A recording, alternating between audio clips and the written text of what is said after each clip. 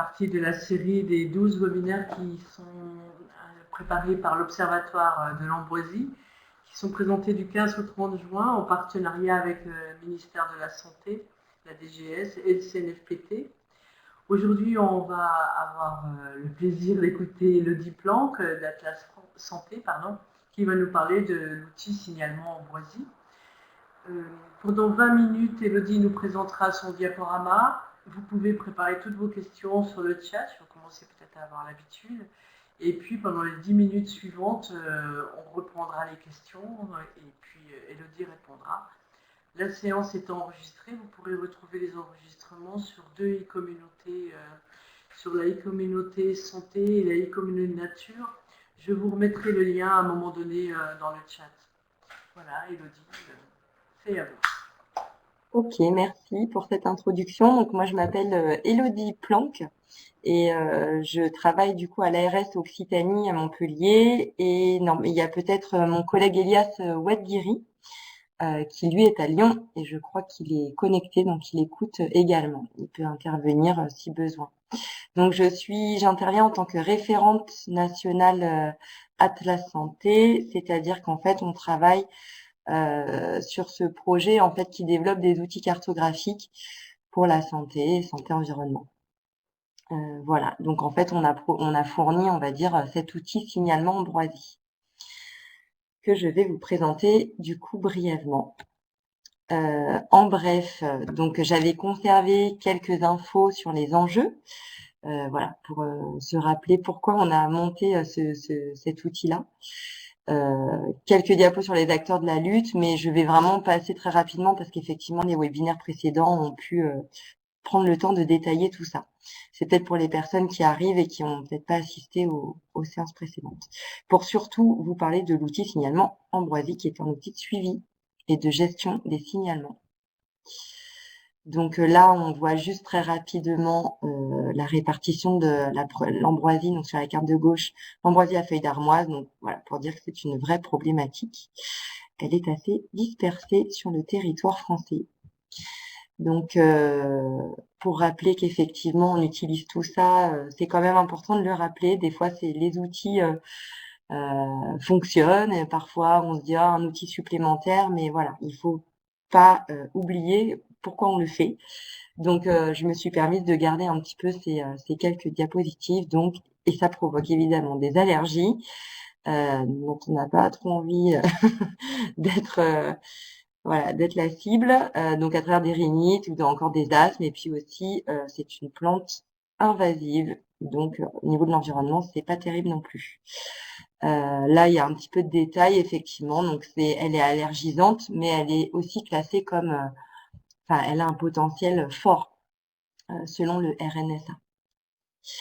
Et les allergies proviennent en fin d'été. C'est pour ça que là, on se mobilise pour prévenir le plus possible l'invasion de cette plante et essayer de la détruire. Voilà, quelques chiffres sur le coût médico-économique. Tout ça, c'est un des impacts et un exemple, notamment à travers une étude en ARA.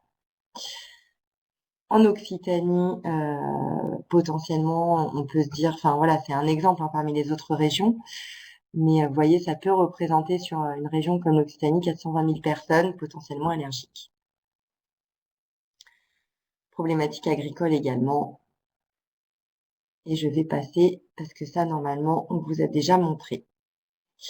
Voilà. Et on voit qu'effectivement, il y a par contre tout un tissu d'acteurs autour de cette plante, de la gestion de cette plante. Donc moi, je me situe dans une ARS qui sont quand même portées par le ministère des Solidarités et de la Santé, voilà, qui nous finance. Ce sont eux les financeurs de l'outil, en tout cas. Ça me permet de vous dire ça. Les coordinateurs de la lutte, donc, ce sont quand même vos relais et ils peuvent aussi agir en premier SAV, on va dire, de l'outil. Ils sont capables de vous aiguiller un petit peu, de vous accompagner sur cet outil-là. Signalement Ambroisie, donc ça peut être des CPIE, des fredons, ou parfois des agents ARS qui portent cette animation sur le territoire. Donc ça, on a dû déjà vous le dire. Et ils animent du coup de ce fait-là le réseau de référents territoriaux dont vous pouvez faire partie. Donc le rôle des collectivités, je le redis, mais je pense que ça a été déjà dit. Donc elles peuvent déjà désigner un référent territorial, c'est vrai que ça commence par là, auquel on ouvre des droits, nous, et donc il pourra avoir certaines actions sur l'outil signalement Ambroisie. Donc elles gèrent le risque Ambroisie sur les terrains dont elles ont la charge, donc sur leur territoire. Donc ça commence évidemment par la désignation d'un ou plusieurs référents territoriaux. Ça peut être les communes ou des EPCI, voire des conseils départementaux. Donc là, encore une fois, pour insister, mais c'est pour ne pas oublier le pourquoi on s'attache à utiliser ces outils-là, finalement, c'est vraiment être acteur en utilisant le signalement Ambroisie, vraiment être un acteur intégré de la lutte contre l'ambroisie, donc en faveur de la santé et de l'environnement de vos concitoyens. Donc ça, comment devenir référent? Il suffit de remplir un petit formulaire en ligne. Tout est indiqué normalement sur le site internet Signalement Ambroisie. Il y a une validation et ensuite un login mot de passe est déclenché. Donc vous aurez alors accès en fait à tous les signalements de votre territoire de référence. Et de ce fait, vous recevrez automatiquement par mail tous les signalements faits sur votre territoire. Si vous ne savez plus si un référent est désigné ou non, parce que pour différentes raisons, les équipes ont changé ou vous ne savez plus tout simplement, du coup à ce moment-là, n'hésitez pas à contacter votre animateur régional, voire départemental. Et on peut retrouver tous les animateurs régionaux qui sont sur ambroisie.info. Et pour info, il y a aussi un mail de relance qui a été par rapport à la désignation qui a été envoyé, c'est pas celui-là du coup, mais qui a été fraîchement envoyé. Voilà, donc notre fameux outil dont on parle, donc c'est celui-ci. Il peut s'exprimer sous différentes formes. Donc, il faut retenir qu'il y a une application web accessible à tous. Donc, ce sont des cartes interactives où on peut signaler. Donc, tous les concitoyens, les signalements sont ouverts à tous. Donc, c'est vraiment quelque chose qui intègre la participation citoyenne. Et il y a également une application smartphone. Donc là, ce qu'on voit à droite, c'est normalement l'accueil de l'application smartphone. Donc, c'est une application gratuite. Vous pouvez la télécharger si ce n'est pas encore fait. N'hésitez pas à le faire dès maintenant, lancer le téléchargement ou tout de suite après. Moi, je vous invite vraiment à le faire tout de suite. Et ensuite, on verra qu'il y a des cartes également sur Internet qui permettent de faire un petit peu autre chose que de juste de signaler. Voilà, donc cet outil, je le répète, mais il est fourni par la direction du numérique, en fait, des ministères des Solidarités et de la Santé. Donc, vu que ça intègre, on part vraiment d'un signalement qui peut être citoyen, mais pas que, ça peut être des associations de randonneurs, mais en tout cas, n'importe qui peut les faire, jusqu'à vous, les collectivités territoriales, qui vont venir suivre, gérer en fait ces signalements qui vous sont remontés, pour in fine leur donner une réponse, un suivi. Donc là, vous allez interagir dessus et du coup, ça peut être partagé. Les agents en ARS chargés de la lutte contre l'ambroisie ont également accès à ces informations. Donc c'est vraiment un outil qui intègre toutes les parties prenantes et c'est en ça qu'il est assez intéressant. Voilà, les différentes étapes effectivement du signalement qui est reçu par mail par le référent territorial ambroisie, peut-être vous, qui ensuite coordonne les opérations de destruction.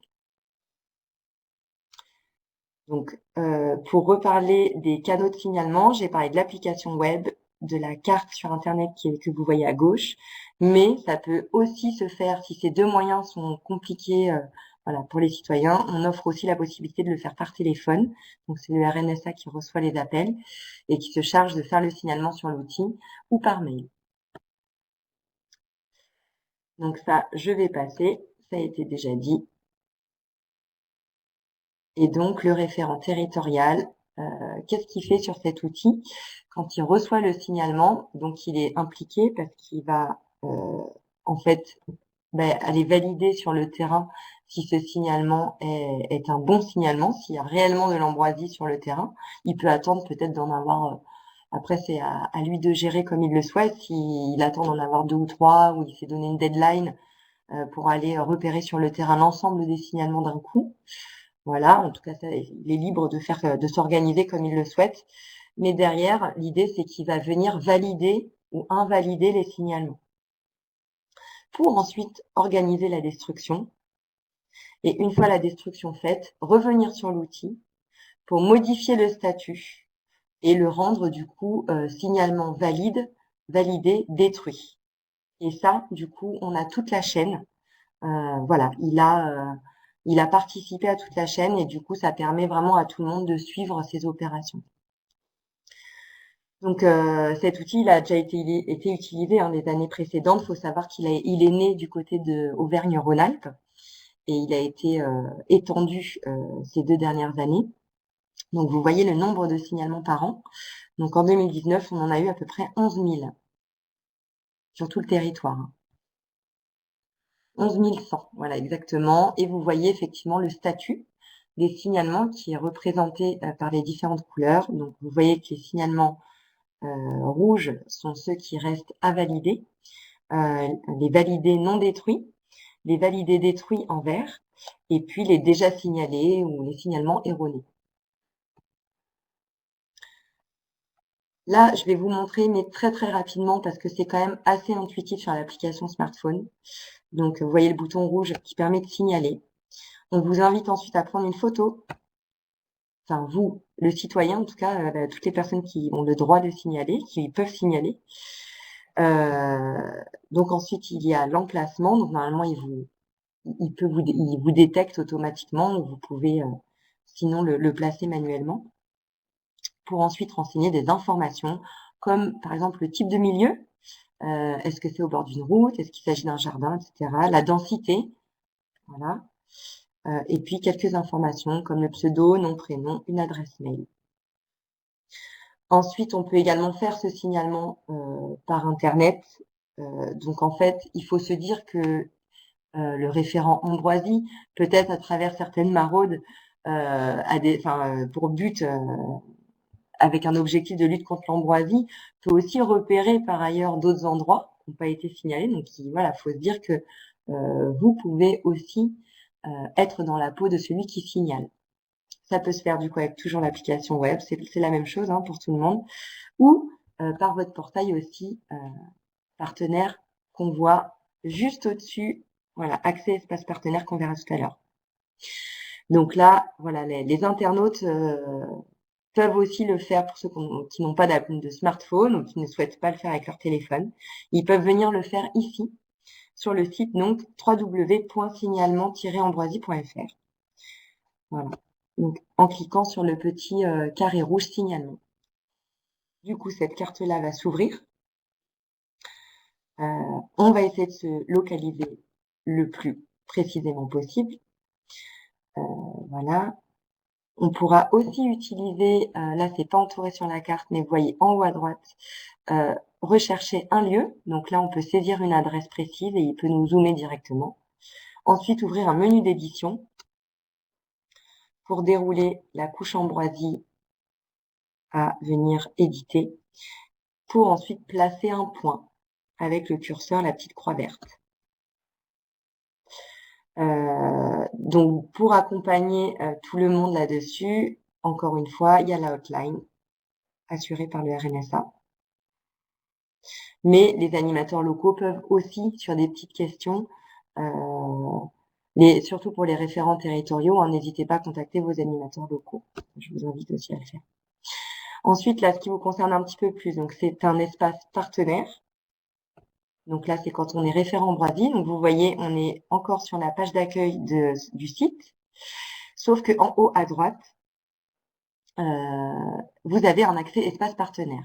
Vous allez voir que la carte ressemble beaucoup, mais on n'y fait pas les mêmes choses et vous n'y avez pas les mêmes droits. Donc c'est un accès restreint. Donc là, cette fois-ci, vous pouvez y accéder que en vous identifiant avec votre compte référent. Et là, par contre, vous allez avoir plus d'informations. Il y a plus de données. Il peut y avoir les données archivées des années précédentes, vous verrez. Vous pouvez faire des exports de données. Vous pouvez avoir du détail sur le signalement. et son statut. Du coup, vous allez pouvoir intervenir, modifier le statut, voir la localisation. Vous pouvez aussi directement recréer d'autres signalements aussi sur cette carte. Donc là, on voit aussi qu'on peut, pour des opérations un petit peu de gestion, pour traiter tout un lot de signalements, interroger la carte avec des outils d'interrogation où on trace en fait des espèces de rectangles et vous pouvez faire des exports Excel d'un ensemble de signalements. On peut éditer les signalements pour modifier le statut, donc de plusieurs manières. Là, il y en a une qui est montrée. Tout est montré dans les guides utilisateurs. Donc ici, ce n'est qu'une démo et ce n'est pas une formation utilisateur. On vous montre très rapidement l'outil. Donc on a un petit crayon qui permet de venir, vous voyez du coup en numéro 4, on voit le champ statut où on peut venir le modifier. Voilà. Donc là, je passe pour vous montrer très rapidement dans la légende qui est un peu cachée, faut le savoir. Et vous voyez le chiffre 1 qui est à gauche. Donc cette légende, en fait, c'est la petite encoche verte. Donc il faut cliquer dessus tout de suite pour bien comprendre ce qui se passe sur cette carte. Et vous voyez qu'en fait, c'est le millefeuille qui apparaît sur la droite. En numéro 2, le menu du coup qui s'appelle Données. N'hésitez pas à cliquer sur Voir les légendes. Elles ne s'affichent pas par défaut. Et à dérouler les groupes de données parce qu'elles sont un petit peu organisées. On y a mis quand même voilà quelques données comme les contours communaux, voilà les contours administratifs. Vous pouvez afficher le cadastre pour voir les numéros de parcelles. On le voit tout en bas. Et des archives des années précédentes. Ça peut être utile aussi si vous voulez les traiter. Souvent, quand il y a eu de l'ambroisie l'année passée qui n'a pas été traitée, il y a de fortes chances qu'elle repousse. Voilà. Et là, un exemple en fait de votre alerte mail en fait qui vous arrive quand vous avez le compte du référent territorial. Donc, vous recevez un mail de ce type-là et vous recevez du coup un lien. En fait, ce lien, quand vous cliquez dessus, vous permet d'ouvrir la carte. On va vous demander de vous identifier avant. Et cette carte, normalement, zoomera sur ce signalement-là. Voilà, vous pouvez regarder rapidement comme ça de quelle zone il s'agit, où est-ce que c'est une zone connue ou pas, etc. En tout cas, vous avez à chaque fois un signalement, un mail. J'ai laissé, désolée, j'ai pas rempli la dernière diapo. J'ai laissé fait merci. Prénom non contact, Élodie Planck. Voilà. Et du coup, vous avez compris qu'on est plusieurs à pouvoir vous accompagner sur cet outil. Il y a vraiment pas mal de personnes qui sont disponibles pour ça, donc n'hésitez pas entre la hotline et les animateurs locaux.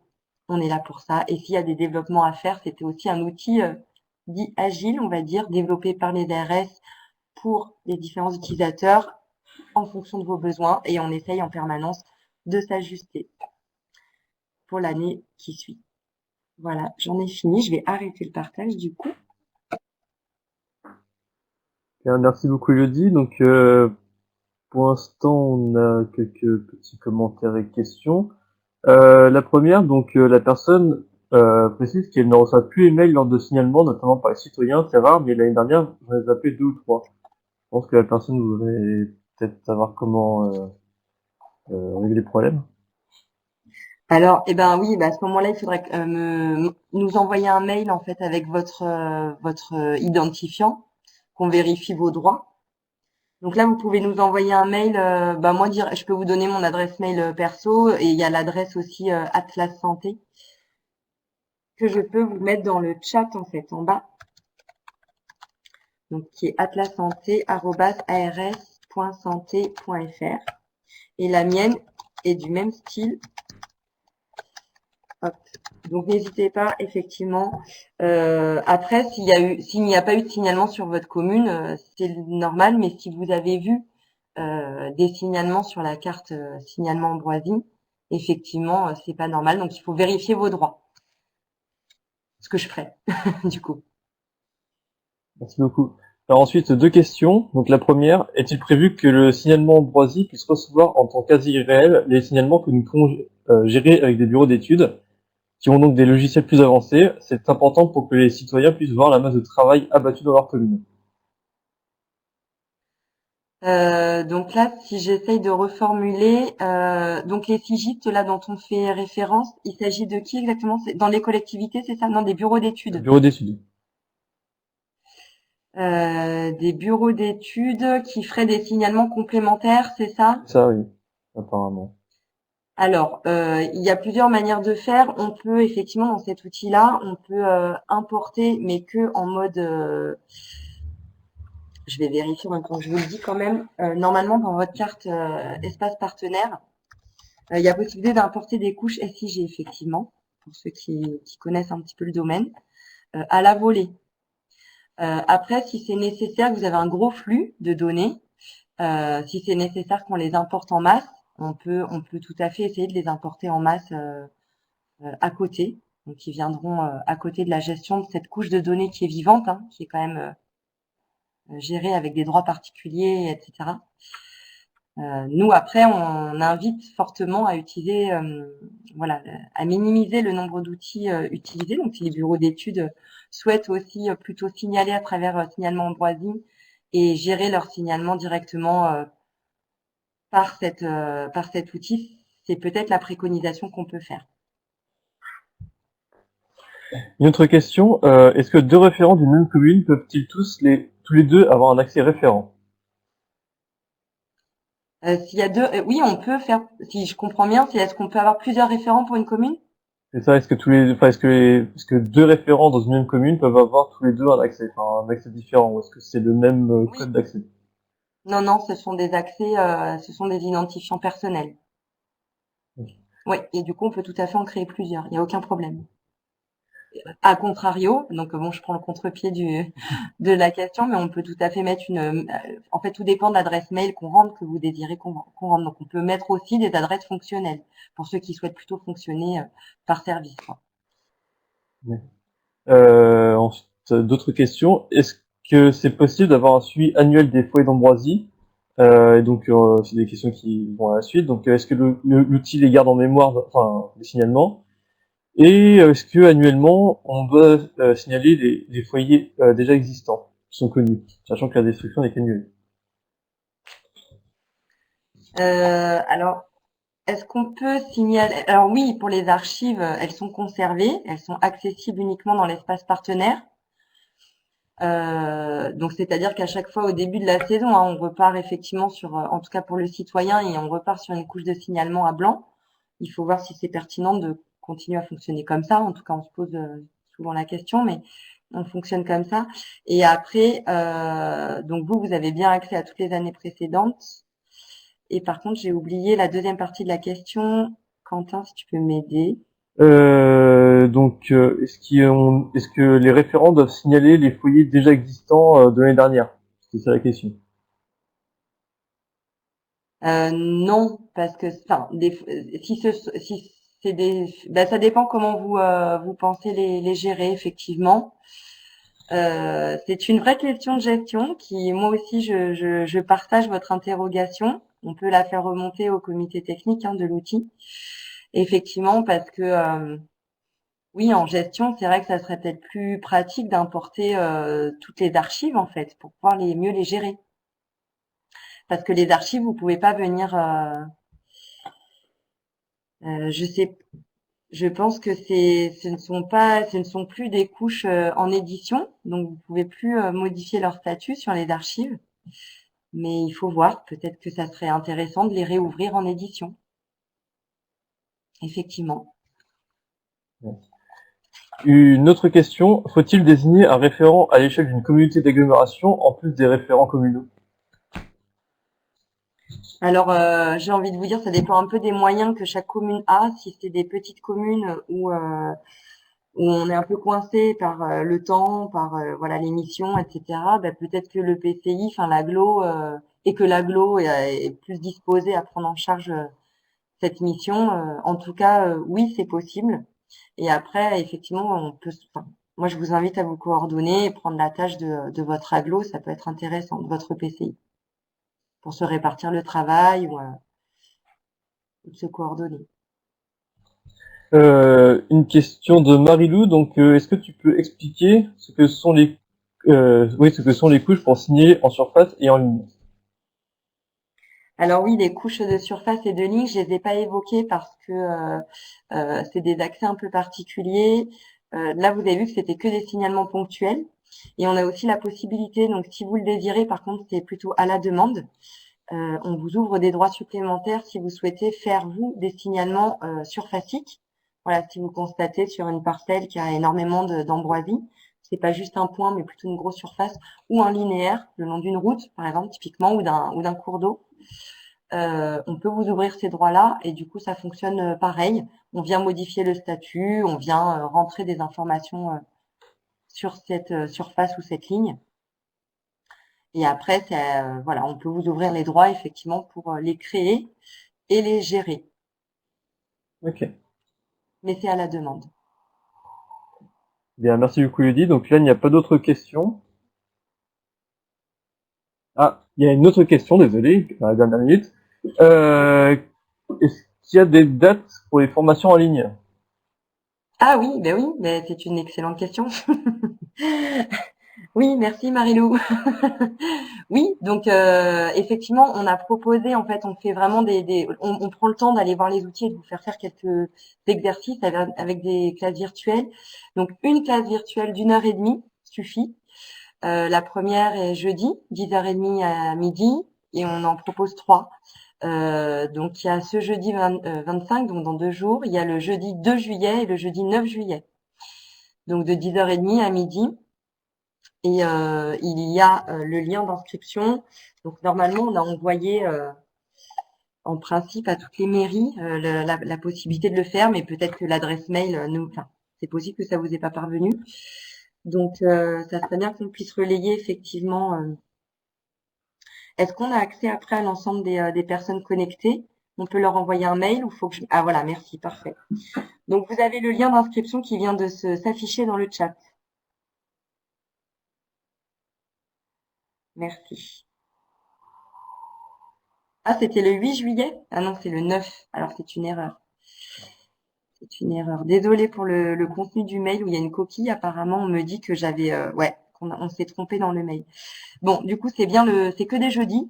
Donc le 25 juin, le 2 juillet, 9 juillet. Donc voilà, c'est une des 3 au choix.